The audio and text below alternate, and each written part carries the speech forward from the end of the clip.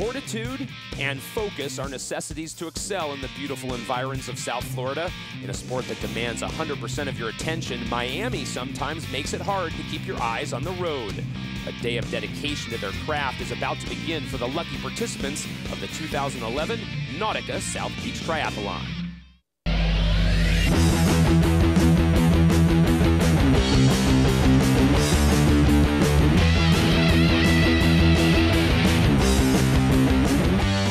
Welcome to the 2011 Nautica South Beach Triathlon. No matter what part of the world or what the distance, this sport requires an alarm clock. Pre-dawn activity rivals the commitment needed once the race begins. Ready to rock today. Professional or casual participant, a routine adds a calming effect to a seemingly chaotic scene, and it helps to have a plan. I'm expecting to finish. That's about as far as I got. Bro's coming through. Sorry. It's Greg Ellis. He's my only competition in this race. The first year, 2 years ago, that I participated in the South Beach Nautica Triathlon, I was part of the Biggest Loser relay, but I only got to do the swimming leg. And then the next year, I was like, well, I want to do the whole thing, you know, because I saw all these like pro athletes and these like triathlete bodies. I was like, I want their body. This is my second day on a bike in like 10 years. So I'm pretty excited about it. I took it out for a spin yesterday to get the mechanics down. I just went to the registration tent and Zaringer. What? Read some local news reporter. Yeah, I saw his thing on the bigger. Well, let me say. Well, we know who we're knocking off the course. The good thing about being on this bike, though, is I look like I know what I'm doing. It's been my third year this year, and I've done a little bit of the biking and the running, and it's been awesome. It's for a great cause. You get to meet a lot of really, really cool people, and once I get tired, I think I'll probably just think of the reason why I'm here, and that's for St. Jude, and hopefully that makes me run even faster. St. Jude's the real reason to push through the pain. Autotrader.com once again has led the way at a corporate level. This year we have 49 participants.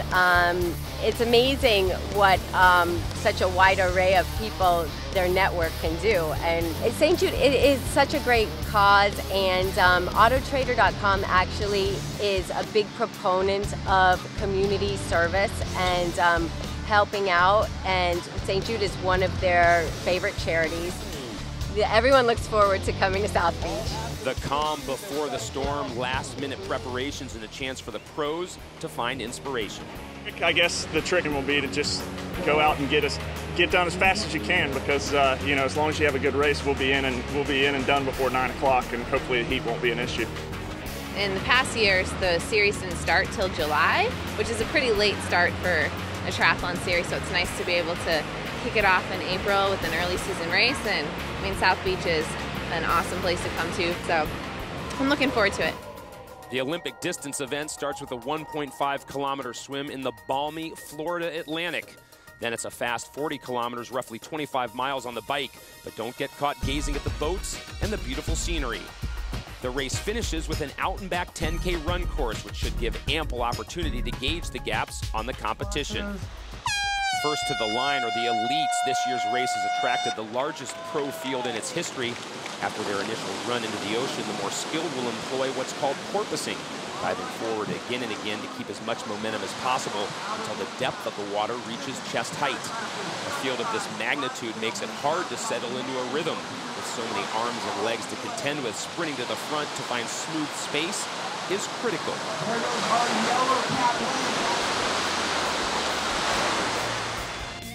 This year, the Nautica South Beach Triathlon joins the Lifetime Fitness Race to the Toyota Cup.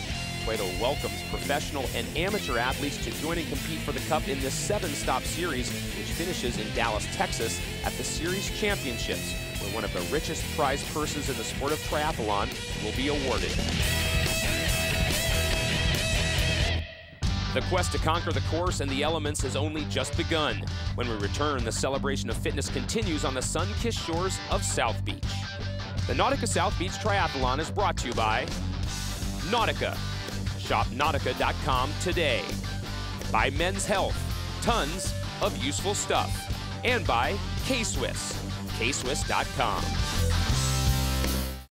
Welcome back to the 2011 Nautica South Beach Triathlon. The first cheers on shore are reserved for those who have tamed Poseidon's playground. This year it's Andy Potts who leads everyone out of the water. Potts honed his swimming skills at the University of Michigan, where he was a 6-time All-American, and he's been a dominant force for the United States on the international triathlon scene for years. While Andy makes his way to his wheels, back at the start line, the celebrity and challenged athlete division is set to tackle the surf line. This wave of participants is often the group that elicits the most cheers and produces the most inspiration. Unlike the pros, this collection of men and women don't spend 24/7 focusing on the skills required to master these disciplines. Exiting the swim in a familiar fashion is Sarah McClarty, an All-American swimmer from the University of Florida. Everyone's accustomed to seeing her out of the water first for the women. Already making their way out of the transition area, Ben Collins has a small mishap with his bike, allowing Andy Potts some breathing room. Cameron Dye, within a whisker of the leaders, sits in third. Rules state they must run their bike out of the area, providing yet another critical skill set to practice. While Potts and Dye smoothly mount their steed, Ben Collins must not have rubbed his rabbit's foot this morning. Two costly mistakes within seconds of each other are going to leave him playing catch-up. A triathlete's worst nightmare is to have his race affected by a mishap of that magnitude. It's smooth sailing for Sarah Haskins, currently in second, but well-placed to hunt down the leader, Sarah McClarty. McClarty often finds herself in this position. Her swimming and biking 1-2 punch can leave the field reeling. It's all about establishing an insurmountable lead heading into the run. The leaders in the celebrity and challenged athlete division are exiting the water. One of the hallmarks of Nautica's success is relay participation. Has Jeff got out of the water yet? Jeff Stoltz has sidelined his acting prowess for swimming today. He's put Team St. Jude in front. What? You gotta give me the... I have no idea what I came in. I'm just glad I got here. I'm nervous. I think the reason they had that safety meeting this morning was just for him. So, I don't know, I'm a little nervous for him. We'll see how this goes. D'Angelo can handle flying downfield, but let's see if being clipped in clips his wings. There's our strength right there. She's our last leg. That's it. That's our strength. Allie Vinson has embraced her solo mission this year. Good job. And David Denman has exited the water as the celebrity men's leader. Allie's out of T1 and ready to ride up the road. How's the swim? It's good. It's nice and warm out there. David's warm in the water. Wait an hour or so. This course is about to heat up. Countless athletes exiting the water, each with an array of reasons to participate. But one man in particular, 2011 Paul Mitchell Spirit Award winner Raj Durbel, knows every race is a chance to test his limits and an opportunity to lead by example.